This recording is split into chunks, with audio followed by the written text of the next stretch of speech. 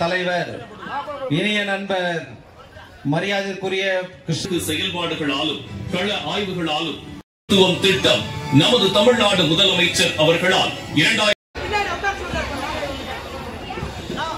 அங்கு energy director பார்த்தேன். அவர்கள் எல்லாம் துவங்கி 4ஆம் ஆண்டு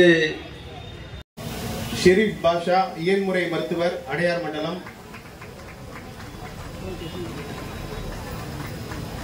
செல்வராசு நோய் தடுப்பாளர் அடையார் மண்டலம்,